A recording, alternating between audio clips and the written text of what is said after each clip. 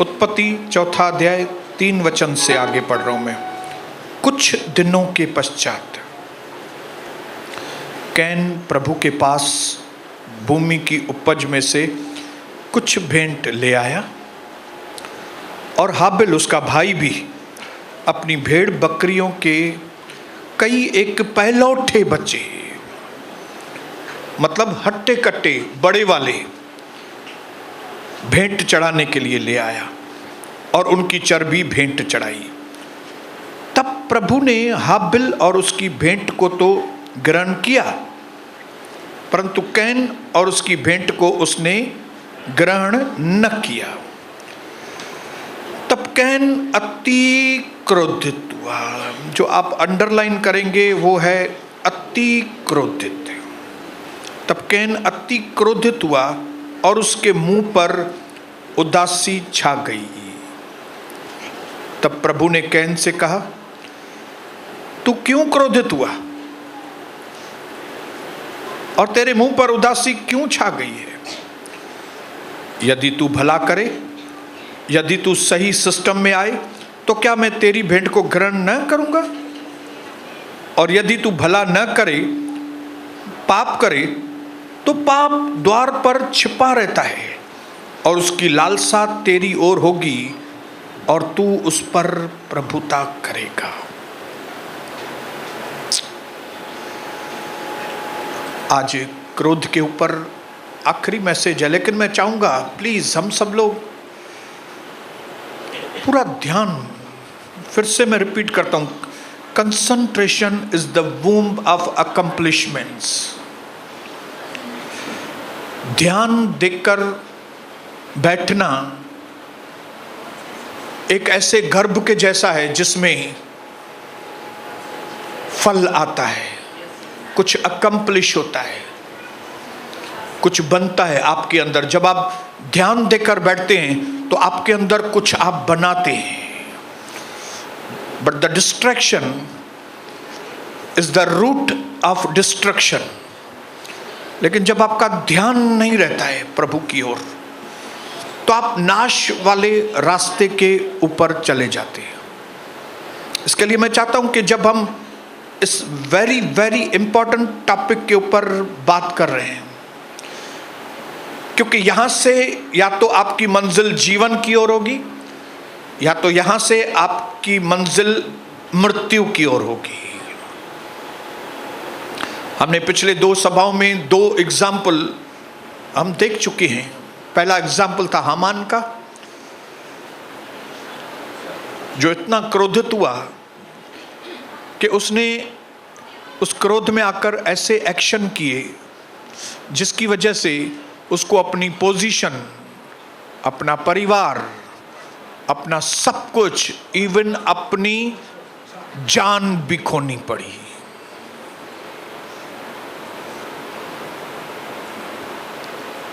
ये क्रोध वाला स्वभाव, जो कोई खास वो अलग स्वभाव नहीं है, आम स्वभाव आप देखते होंगे। ये कोई, मैं ऐसा नहीं कि आप कोई मुश्किल से क्रोध वाला देखते होंगे। आपको मालूम होगा कि शांत वाले कम और क्रोध वाले ज्यादा हैं, जिसमें से आप अंदाजा लगाओ कि ज्यादातर लोग नाश वाले रास्ते के ऊपर हैं। हामान ने अपना सब कुछ खो दिया। फिर उसके बाद हमने दूसरा एग्जाम्पल देगा अबशालोम, जिसने बाहर से तो अपना टेम्परेचर नहीं दिखाया, लेकिन अंदर ही अंदर उसने बदला लेने की भावना रखी। और जवानी की उम्र में वो इतना हैंडसम व्यक्ति था और राजा दाऊद का बेटा था। क्या तो उसका रुतबा होना चाहिए था, क्या तो उसकी लाइफस्टाइल होनी चाहिए थी, क्या तो उसका डिग्निटी होना चाहिए था। लेकिन मुझे बोलने में अच्छा नहीं लगता है, लेकिन वो एक कुत्ते की मौत मारा गया। अबशालोम का नाम आता है, मेरे मन में बहुत बेचैनी होती है कि काश ये व्यक्ति ये सब काम नहीं करता होता। लेकिन मैं प्रभु को धन्यवाद करता हूं कि ये सारे उदाहरण प्रभु ने बाइबल में इसके लिए दिए हैं ताकि हम और आप जब इन उदाहरणों के बारे में सुने तो हम बुद्धिमान बने और उनके जैसे काम न करें। आ रही है समझ में बात? हालेलुया। बाइबल में प्रभु के दासों की एक एक गलती, एक एक पाप खुले तरीके से लिखा गया है ताकि हम और आप इस समय में जीने वाले लोग, हमारी आंखें खुले और हम वो काम न करें जो इन्होंने किए। अभी यहां पे दो भाई है जो प्रभु के पास आते हैं। एक भाई आता है, एक भाई जो खेतीबाड़ी करता है और खेतीबाड़ी में उसने कुछ अनाज गोदाम में रखा था, उसमें से थोड़ा कुछ अनाज लेके वो प्रभु के पास आया भेंट देने के लिए। काम अच्छा करने को आया। बोलो, काम अच्छा करने को आया, भेंट लेके आया। उसका भाई भी अच्छा काम करने के लिए आया। क्या करने आया? वो भी भेंट देने के लिए आया। लेकिन वो चरवाहा था। लेकिन जब वो अपने चरवाहे की, अपनी भेड़ों को भेंट देने के लिए प्रभु के पास लेके आया तो उसने चुन चुन के भेंट लेके आया। हालेलुया। लिखा है जो मोटे तगड़े थे भेड़, मोटे तगड़ों को, पहलोठों को, बड़ों को, मालदार चीज वो प्रभु के लिए लेकर आया। अभी मैं आपको बताऊं, चीज के ऊपर नहीं है। जो मेरे पास है मैं वही लेके आऊंगा प्रभु के पास। हालेलुया। वो चरवा था तो वो भेड़ लेके आया, वो किसान था तो अनाज लेके आया प्रभु के पास। दोनों अच्छा काम करने के लिए आए, लेकिन सिर्फ अच्छा काम हमको प्रतिफल नहीं देता। अच्छे काम का तरीका,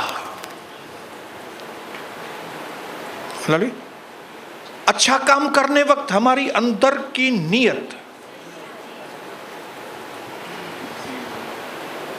जिसको कहते हैं हमारा एटीट्यूड, ये भी प्रभु के पास आया कुछ देने के लिए, वो भी प्रभु के पास आया कुछ देने के लिए। जैसे हम सब लोग यहां पे प्रभु की इज्जत करने के लिए आए हैं, सब लोग। सिर्फ फर्क क्या है? हमारे इज्जत देने के तरीके में फर्क है। आप आए हैं, ये इज्जत किया है आपने, लेकिन प्रभु को खाली इज्जत नहीं चाहिए। प्रभु को आपकी नीयत सही चाहिए। क्यों? क्योंकि प्रभु लालची नहीं है। कोई लालची होता तो उसको गिफ्ट से मतलब है। ये आदमी दे के गया ना कुछ, ये आदमी भी दे के गया ना। क्यों? क्योंकि लालची है ये आदमी।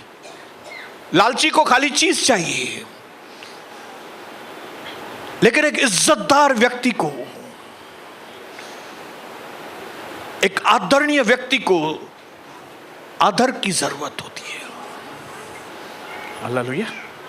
कौन सी नियत से आप प्रभु के पास आते हो? तो अगर प्रभु ने कैन की गिफ्ट को कबूल नहीं किया और हाबिल के भेंट को स्वीकार किया, तो इसका मतलब है कहीं ना कहीं कैन का तरीका गलत था और हाबिल का तरीका। देखिए, मैं बालकनी में खड़े होकर प्रभु को कहता हूं कि प्रभु आप ही मेरे जिंदगी की ऊंचाई और आप मेरी जिंदगी की गहराई है। और ये जो बात मैं आपको कह रहा हूं, ये बहुत गहराई की बात है। ये जो किनारे पे खड़े होकर लोग नाचते हैं, उनको ये गहराई से उनका कोई इंटरेस्ट नहीं रहता है, और इसके लिए उनको हीरे मोती नहीं मिलते, उनको पत्थर मिलते हैं किनारे पे।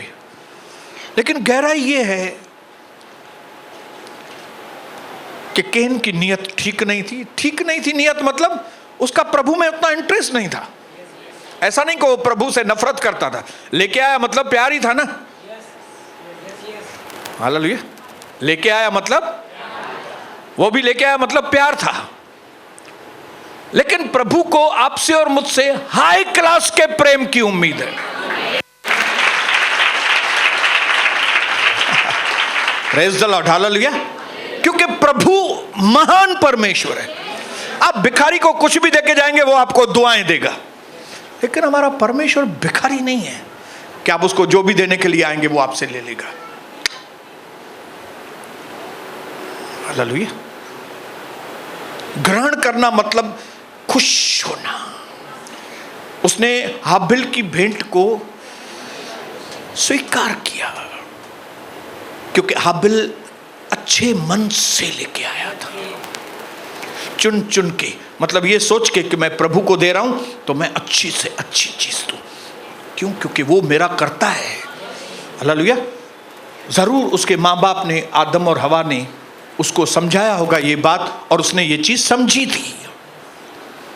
लेकिन वहीं पे इसके भाई ने, माँ बाप ने दोनों को समझाया होगा, मुझे मालूम है, जैसे हम यहाँ पे सबको समझाते हैं। लेकिन कई लोग समझते हैं, कई लोग समझने की कोशिश नहीं करते। कैन ने उसको समझने की कोशिश नहीं की, इसके लिए वो जो भी है चलो थोड़ा लेके ही आने का है ना, प्रभु को देने का है। मानो प्रभु कोई ऑर्डिनरी व्यक्ति है।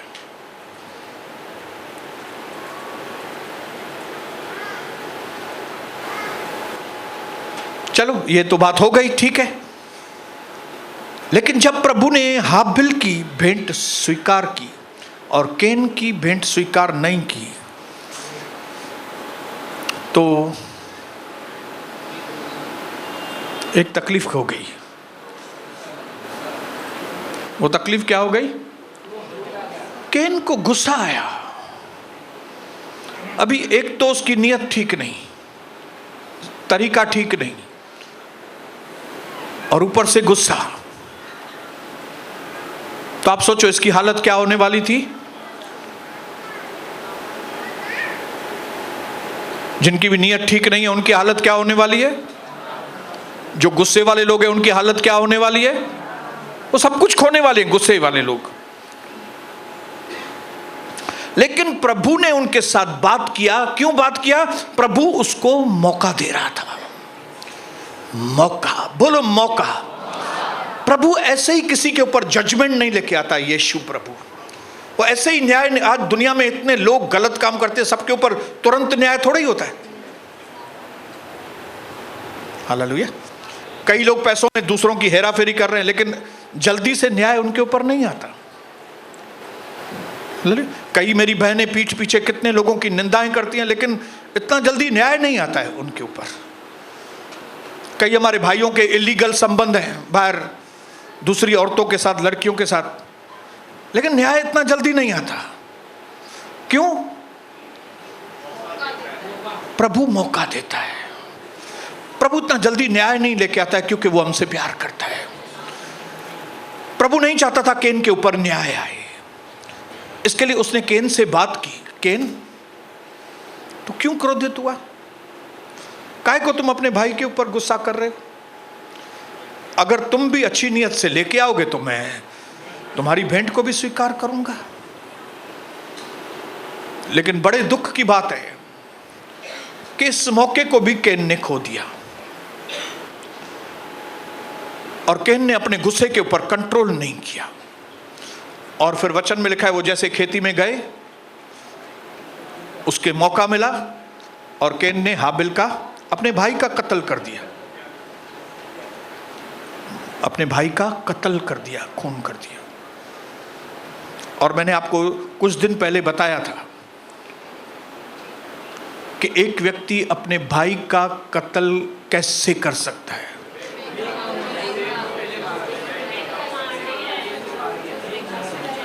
जब तक एक आदमी का विवेक जागृत है, वो अपने भाई को गाली भी नहीं देगा। कत्ल करने की तो दूर की बात है, लेकिन जब एक व्यक्ति अपने विवेक को, कॉन्शियस को मार देता है, फिर वो किसको भी मार देता है। हालेलुया। आप जब कभी कोई घृणित काम करते हो तो उस घृणित काम करने के लिए आपको पहले अपने विवेक को मारना पड़ेगा। और दुनिया में ऐसे कई लोग, हजारों, लाखों, करोड़ों, जो विवेक मारकर चलते हैं। कोई वक्त था मैं विवेक मारकर अपना जो भी गलत काम करता था विवेक मार दिया था मैंने। एक मरे हुए विवेक वाला आदमी बोल सकता है क्या हुआ मैंने ये गलत काम किया तो। कोई मुझे बोलता था दारू पीते हो, तो मैं बोलता आपके थोड़ी पैसे से पीता हूं, अपने पैसे से पीता हूं ना दारू। मैं जस्टिफाई करता था अपने आप को। क्या करता था मैं? जस्टिफाई करता था। क्यों? विवेक मरा हुआ था। विवेक जो जड़ है ना वो विवेक, विवेक मर गया। अपनी इतनी सुंदर पत्नी होने के बाद भी मेरा कई जगह गंदा संबंध होता था। ये कौन व्यक्ति कर सकता है ऐसा? बोलिए, जिसका विवेक मरा हुआ है। मरा हुआ व्यक्ति है जो अपनी पत्नी होते हुए दूसरों के साथ संबंध बनाएगा। एक गलत मैसेज भी कोई गलत भेजेगा ना, समझो उसका विवेक मरा हुआ है।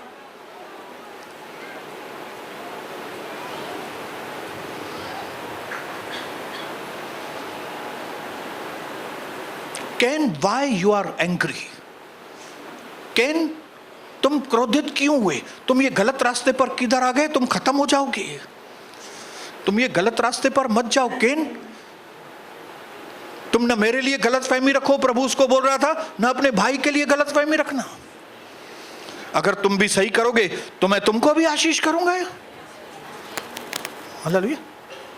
अगर तुम अपना व्यवहार सही करोगे तो मैं तुमको भी ऊंचा उठाऊंगा। हालेलुया। प्रभु की नजरों में सब मनुष्य बराबर है। इस सृष्टि के कर्ता के आगे मेरे परमेश्वर जिसने आकाश और धरती की रचना की है, उसके आगे सब जातियां एक समान है। क्या फलाना, क्या टीरा, कोई भी नहीं, सब प्रभु की नजरों के आगे एक है। हालेलुया। लेकिन वो क्यों कई लोगों में से कुछ लोगों को धूरी में से उठाकर राजाओं के मध्य में बिठाता है? क्योंकि वो अंदर झांकने वाला परमेश्वर। हाँ, हालेलुया। वचन में लिखा है लोग बाहर से देखते हैं, परमेश्वर मन को देखता है।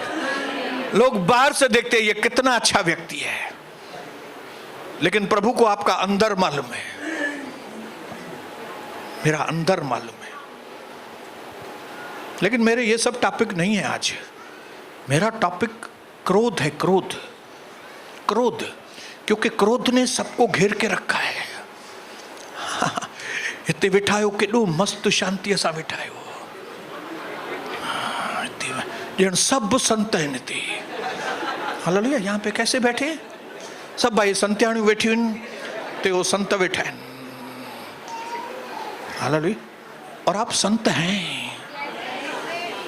आप अगर आज प्रभु के घर में हैं, प्रभु ने आपको बुलाया है, आप संत हैं। हालेलुया। प्रभु आपको एक संत के रूप में देखना चाहता है।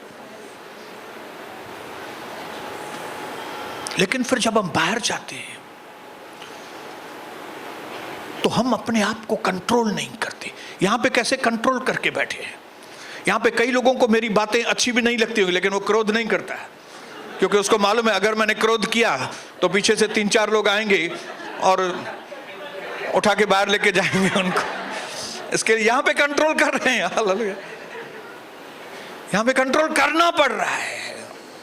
मैं आपको बताऊं, अगर यही चीज आप घर में भी जाके सोचेंगे ना कि मुझे कंट्रोल करना पड़ेगा, तो आप बहुत आशीषित व्यक्ति ठहरेंगे। जैसे आप यहां पे कंट्रोल करके अपने एंगर को बैठे तो आपकी इज्जत बरकरार है, वैसे ही घर पे, दोस्तों के बीच में, धंधे में, कस्टमर के साथ, व्यापारियों के साथ, अगर आपने अपने गुस्से को कंट्रोल किया, then you will become a very successful man. आप एक बहुत सफल व्यक्ति बनेंगे।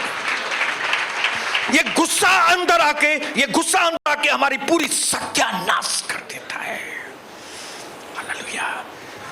मेरी मां गुस्सा करती थी, मेरी दादी गुस्सा करती थी, मेरी परदादी गुस्सा करती थी, और वही स्वभाव मेरे अंदर आया है। इसके लिए मैं भी गुस्सा करती है। लेकिन मेरी बहन आपको उस गुस्से करने की जरूरत नहीं है, आपको परमेश्वर के स्वभाव की जरूरत है, आपको यीशु प्रभु के स्वभाव की जरूरत है, क्योंकि एक यीशु है जो आपके मन को शांति दे सकता है, क्योंकि एक यीशु है जो आपके मन को ठंडा कर सकता है। दुनिया की कोई ताकत आपको ठंडा नहीं कर सकेगी, सिर्फ यीशु प्रभु का नाम आपको ठंडा कर सकता है। वो भी क्यों जब आपको मालूम पड़ेगा, जब आप बाइबल पढ़ेंगे तब आपको समझ में आएगा कि परमेश्वर का महाक्रोध हम पर आने वाला था, उसका नाश वाला हाथ हमारे ऊपर आने वाला था, लेकिन एक व्यक्ति बीच में आ गया, उसने हम पर दया की और उस परमेश्वर के क्रोध को उसने खुद के ऊपर लिया और सूली पर उसने अपनी जान दे दी। उसके हाथों में कीले, उसके पैरों में कीले, उसकी छाती में भाले की नोक, उसके सर पे कांटों का ताज पहनाया गया, उसको 5 अदालतों में घुमाया गया, उसकी दाढ़ी को नोचा गया, पूरी रात उसको मारा गया, पूरा खून उसका बहाया गया, एक बहुत ही भारी भरकम क्रूस उसके कंधे पर डालकर उसको धक्के देकर गोलगोता पहाड़ पर चढ़ा रहे और गंदे गंदे शब्द उसको बोल रहे थे। लेकिन ये व्यक्ति सब कुछ कर सकता था लेकिन कुछ नहीं किया, क्योंकि उसको मालूम था कि जब तक मैं इनके क्रोध जो इनके ऊपर आने वाला है मैं अपने ऊपर नहीं लूंगा, तब तक ये लोग आजाद नहीं होंगे। हालेलुया।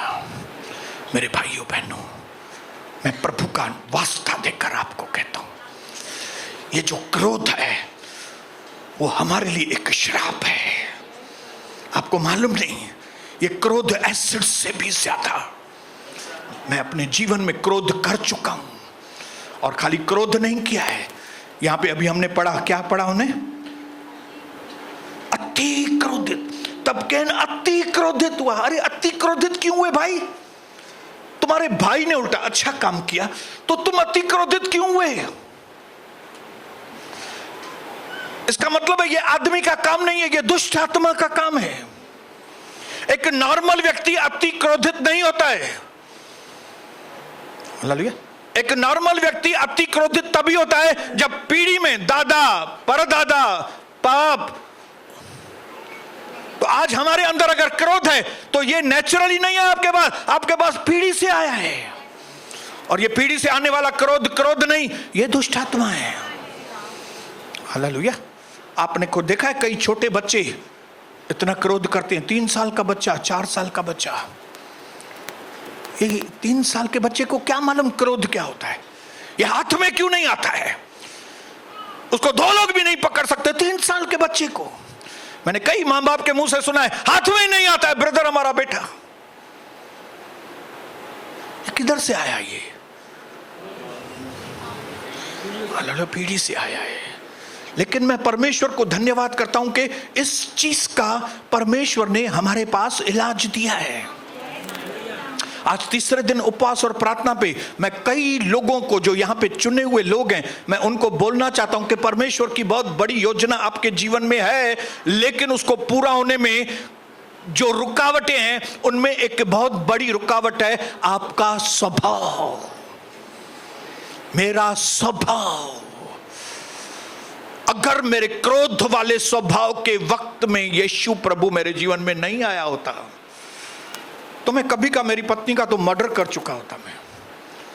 मैंने आपको बताया कई ऐसी सिचुएशंस आई थी जब वो अगर मैं 1 मिनट और उसके गले को दबाया होता तो वो नहीं होती थी। 1 मिनट और खाली उसकी गर्दन को मैं दरवाजे के बीच में और दरवाजे को मैं बंद करता था और दरवाजे को बंद करके उसके गर्दन को दबाता था और वो चिल्लाती थी। और अगर आधा मिनट 30 सेकंड और अगर मैं उसको दबाऊं तो चैप्टर कभी का फिनिश हो गया होता। लेकिन जैसे आप लोगों के ऊपर दया हुई वैसे मुझ पर भी दया हुई और प्रभु यीशु मेरी जिंदगी में आया और प्रभु यीशु के जीवनी से मुझे समझ में आया कि जिसको क्रोध करने का अधिकार है वो क्रोध नहीं करता और जिसको क्रोध करने का अधिकार है ही नहीं वो क्रोध करता है। मैं कविता को याद करता हूं, हम दोनों आपस में याद करते हैं कविता। हम कौन सी हालातों में से गुजरे हैं, हमने क्या क्या एक दूसरे को नहीं, गलत नहीं, क्या नहीं बोला गलत हमने एक दूसरे को, लेकिन ऐसी सब हालातों के ऊपर जय पाकर आज आपके और मेरे जैसा सुखी व्यक्ति कोई भी दुनिया में नहीं है। हालेलुया। ऐसा कैसा? हालेलुया। तब मुझे समझ में आता है कि मेरे गुस्सेले स्वभाव को कंट्रोल करने वाला और कोई नहीं। मुझे एक ऐसी मदद मिली, मुझे मदद की जरूरत थी, और वचन में लिखा है, प्रभु ने कहा मैं तुमको अकेला नहीं छोड़ूंगा, मैं तुमको एक मददगार दूंगा।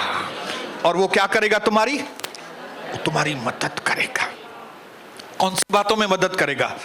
जिसमें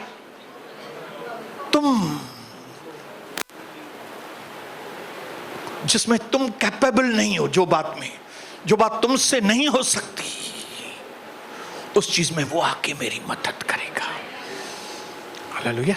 दूसरा कोरिन्थियन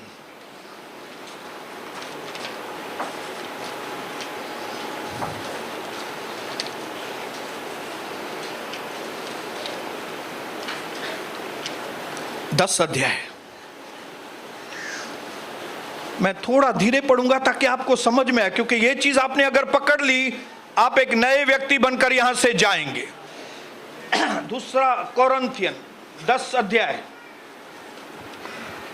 उसका देखिए, मैं पढ़ रहा हूं।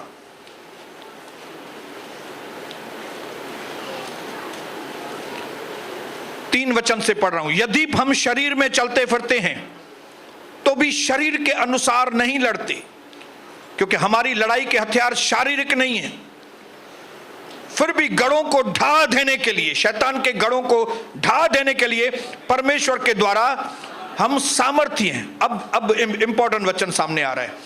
हम कोरी कल्पनाओं और हर एक ऊंची बात को जो परमेश्वर की पहचान के विरोध में उठती है, उसका खंडन करते हैं, और हर एक भावना को कैद करके मसीह का आज्ञाकारी बना देते हैं। अब ये चीज को हम लोग समझेंगे। ये है क्या? वापस से पढ़ता हूं। हम कोरी कल्पनाएं, ऐसे ही कुछ भी सोचते हैं, ऐसे ही कुछ भी सोचते हैं। इसने मेरे साथ ऐसा क्यों बात किया? मैंने तुमको समझाया था ना, मेरे साथ ऐसा बात नहीं करो। ये जानबूझकर मेरे को चिढ़ा रही है। हालेलुया। इसको ऐसा मेरे साथ बिल्कुल नहीं करना चाहिए था, मेरी बेइज्जती कर रही है। ये जब कभी इस तरह की बातें घर में होती है ना, ये बेमतलब की बातें,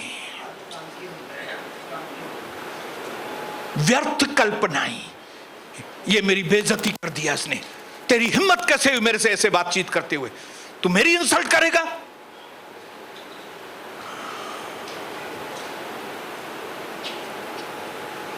ये कोरी कल्पनाएं।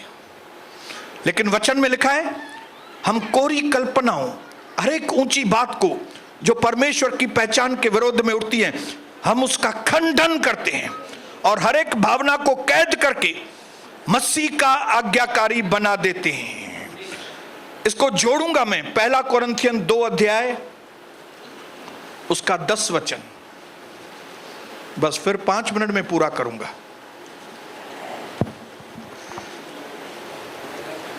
पहला कोरिन्थियन 2 अध्याय, उसका 10। परमेश्वर ने उनको अपने आत्मा के द्वारा हम पर प्रकट किया है।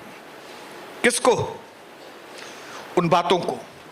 परमेश्वर ने अपने आत्मा के द्वारा हम पर उन बातों को प्रकट किया है। आत्मा सब बातें वरन परमेश्वर की गूढ़ बातें भी जांचता है। आपको एक मददगार दिया गया है जिसका नाम है पवित्र आत्मा। और जब हम पवित्र आत्मा की मदद लेते हैं तो ये पवित्र आत्मा हमारे अंदर जांचता है, जांच पड़ताल करता है।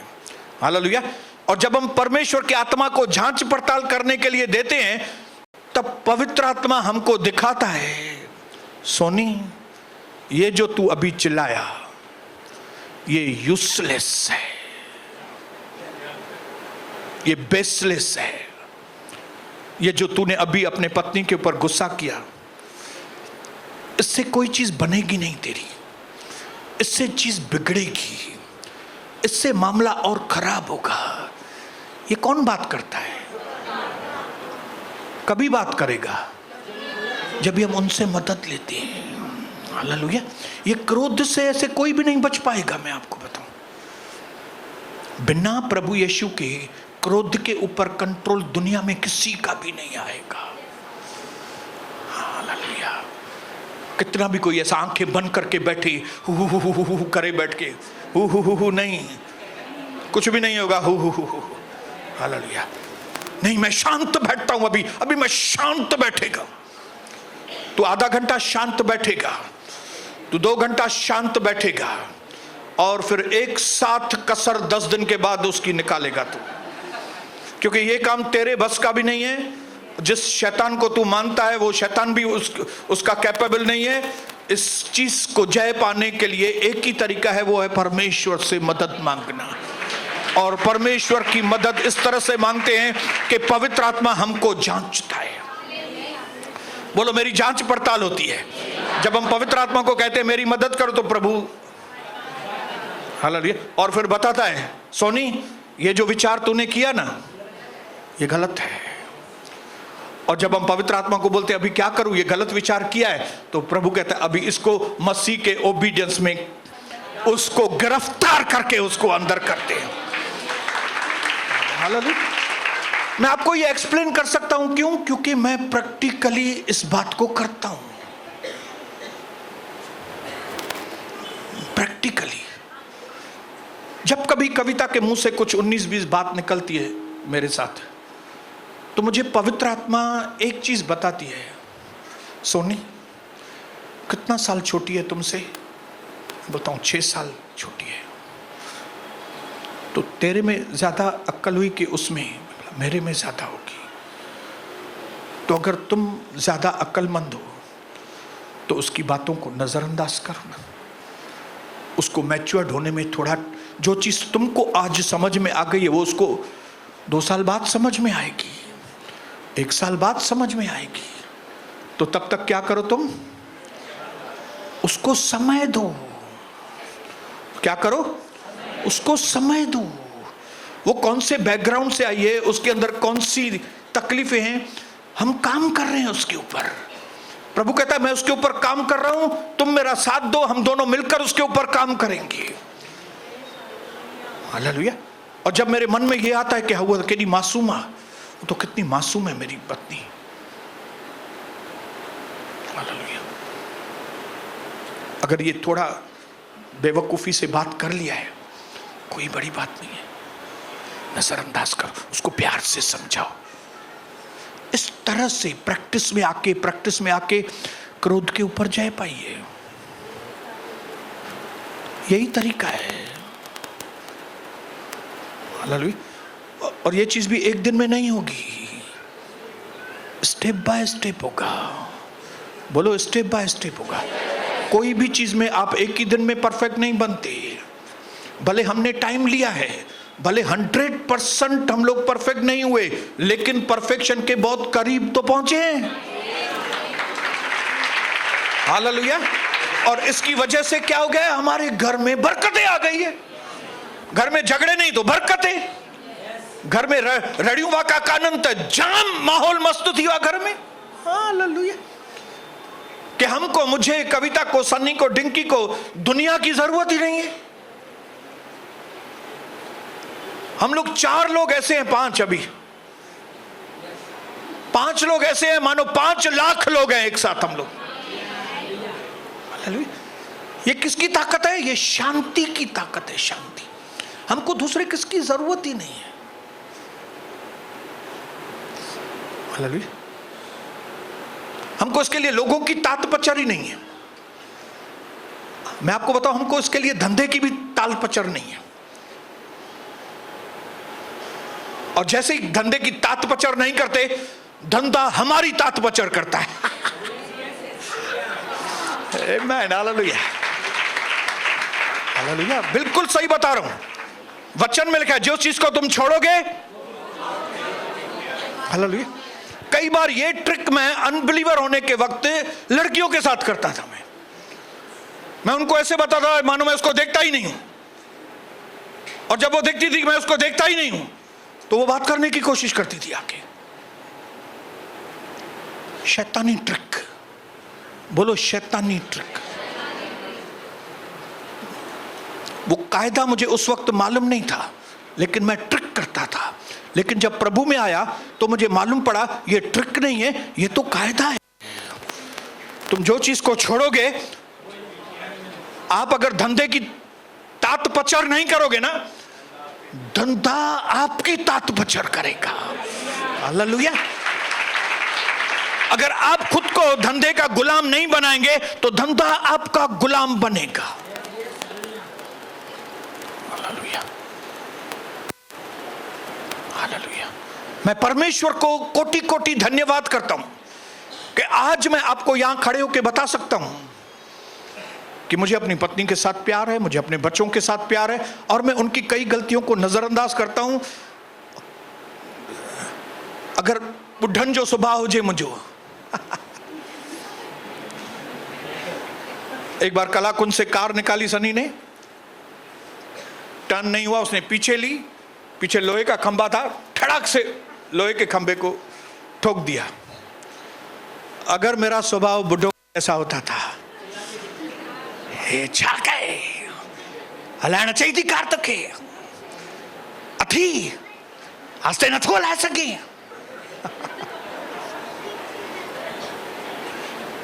मैंने देखा सन्नी खुद ही बोल रहा था, पापा मालूम नहीं क्या हो गया। मैं बोला चलो चलो कार बन जाएगी, तुम चलो आगे चलो। हमको वो स्वभाव नहीं चाहिए। हालेलुया। वो स्वभाव नुकसान वाला स्वभाव है। ऐसा लिखा है गलातियों के अंदर कि जो शरीर के फल हैं, जिसकी वजह से शैतान हमें बर्बाद करता है, उन शरीर के फलों में एक फल है, पढ़ूं गलातियों 5, 2 वचन पढ़ के मैं पूरा करूंगा। किधर है गलातियों? पुराने में, नए में? नए में। गलातियों 5 उसका 19। शरीर के काम स्पष्ट है। शरीर के मतलब वासनाओं के काम, मतलब गंदे काम स्पष्ट है। क्या? व्यभिचार, गंदे काम, लुच्चपन, मूर्ति पूजा, टोना, बैर, झगड़ा। अंडरलाइन कर दो।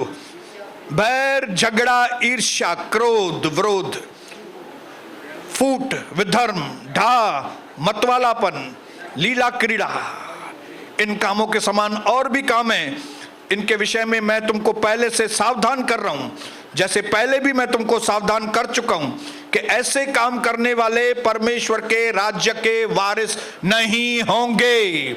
अगर आप क्रोधी हैं, गुस्सा करने वाले लोग हैं, हॉट टेम्पर लोग हैं, आप परमेश्वर के राज्य के वारिस नहीं बनेंगे, क्योंकि मनुष्य का क्रोध परमेश्वर की धार्मिकता को पैदा नहीं कर सकता।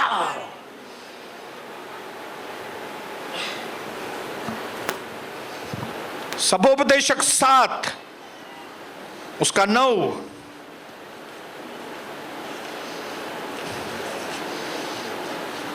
सबोपदेशक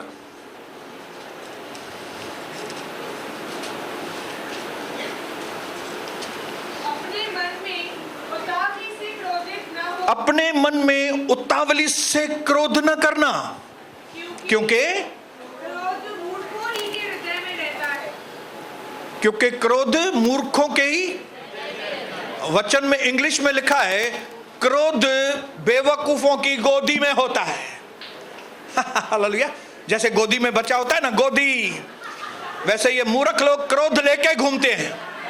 इन्हें है ही लोग लुड़े वरियां क्या होती अरे ये लोग, ये मूर्ख लोग हैं, ये मूर्ख लोग हैं। और मूर्ख लोगों का बाग नरक में है। मैं विश्वास के साथ कहता हूं यहां पे एक भी मूर्ख नहीं है, यहां पे प्रभु के बुद्धिमान लोग बैठे।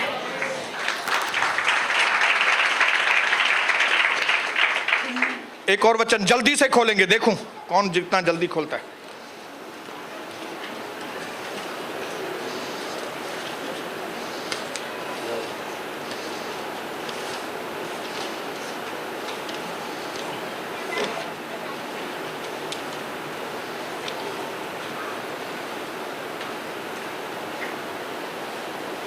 आखिरी वचन 139 भजन संहिता 23 और 24।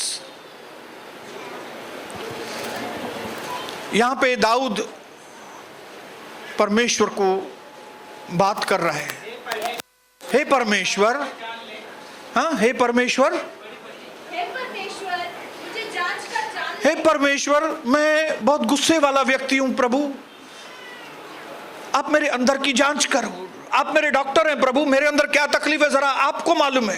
हे परमेश्वर, तू मुझे जांच, मुझे परख कर, मेरी चिंताओं को जान ले। मेरी चिंताओं को मतलब मेरे तौर तरीकों को तू जान ले। मैं ये कौन से तरीके कर रहा हूं घर में रहने के, मैं जीवन में ये कौन से तरीके हैं कि मैं जब भी देखो मैं मूड खराब है, जब भी देखो मैं चिड़चिड़ा हूं, मेरे अंदर कौन सी नस दबी हुई है जरा देखो तो प्रभु, मेरे अंदर जांचो। आगे और देख कि मुझ में कोई बुरी चाल है। और देखो कोई है क्या, मैं अपनी स्ट्रगल, क्योंकि मैं अपनी स्ट्रगल कर रहा हूं तो उसका गुस्सा मैं दूसरे के ऊपर उतार रहा हूं क्या? दूसरे का कसूर नहीं है, लेकिन क्योंकि मैं थक जाता हूं अपने काम में तो मैं उसका सौंटा।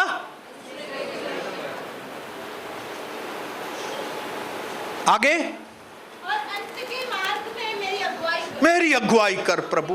आज मैं हर क्रोधी व्यक्ति से बोलना चाहूंगा, मैंने परमेश्वर से अगुवाई मांगी है और आज तक अगुवाई ले रहा हूं, क्योंकि मुझे मालूम है कि अगर मैंने ऐसे ही अपना क्रोधी वाला स्वभाव रखा तो मेरे पास जो खजाने हैं वो सब चले जाने वाले हैं।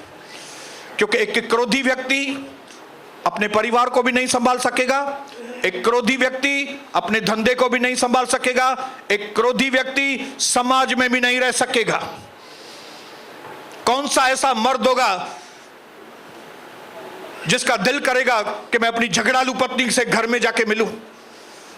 अगर उनकी पत्नी झगड़ालू है, मर्द का दिल होगा कि मैं घर जाऊं? हाँ? या आप पत्नी अगर जानती हैं कि आपके मर्द जो है, पति जो है वो एकदम झगड़ालू है, क्रोध वाला है, आपको मन करेगा? आप बोलेंगे आपका पति और लेट आए और 2 घंटा बाद में आए और केर यार वरी दो वरी ख़बर अथव कीअं सुभाउ आहे, अची वरी ॾंद ॾेखारींदो पंहिंजा, वरी अची अखियूं ॾेखारींदो, वरी छा कए अॼु कीअं कए, हा ॿुधाए। हिन चेहरे सां केरु ॻाल्हाए वेही करे, हालेलुया, हिन चेहरे सां केरु ॻाल्हाए वेही करे, हालेलुया। तो ये आदमी जो क्रोधी व्यक्ति है वो अपना घर भी कभी नहीं संभाल सकेगा, अपने धंधे को कभी नहीं संभाल सकेगा और अपने समाज की पोजीशन को वो कभी नहीं संभाल सकेगा। एक व्यक्ति जिसके अंदर धीरज, शांति, परमेश्वर का स्वभाव है, सिर्फ वही व्यक्ति अपने घर को भी संभालेगा, अपने बिजनेस में भी आगे बढ़ेगा और अपने सोशल लाइफ में भी आगे बढ़ेगा। हे परमेश्वर, आज मुझे जांच ले प्रभु, मेरे अंदर कौन सी बुराई है प्रभु, कौन से मेरे गलत तरीके हैं प्रभु, क्या है मेरे अंदर, आज मेरी जांच पड़ताल कर और जांच पड़ताल करके मेरी अगुवाई कर पिता, अगुवाई करके मेरी ऑपरेशन कर पिता। क्योंकि अब मैं जान गया हूं प्रभु कि मनुष्य का क्रोध परमेश्वर को कभी खुश नहीं कर सकता। आइए, मेरे अंदर परमेश्वर का स्वभाव, मेरे अंदर मेरे माँ बाप का नहीं, दादा दादी का नहीं, परदादा परदादी का स्वभाव मेरे अंदर बिल्कुल नहीं आए। परमेश्वर मेरे अंदर प्रभु यीशु मसीह आपका स्वभाव। आज जब हम यहाँ से जाएं उपवास और प्रार्थना के तीसरे दिन पे, हम शालीनता से भरकर अंदर की शांति, आपकी पवित्र शांति लेकर हम यहाँ से जाएं, हम नए व्यक्ति बनकर जाएं, ताकि आपके स्वभाव की खुशबू पूरी दुनिया हमारे अंदर देख सके।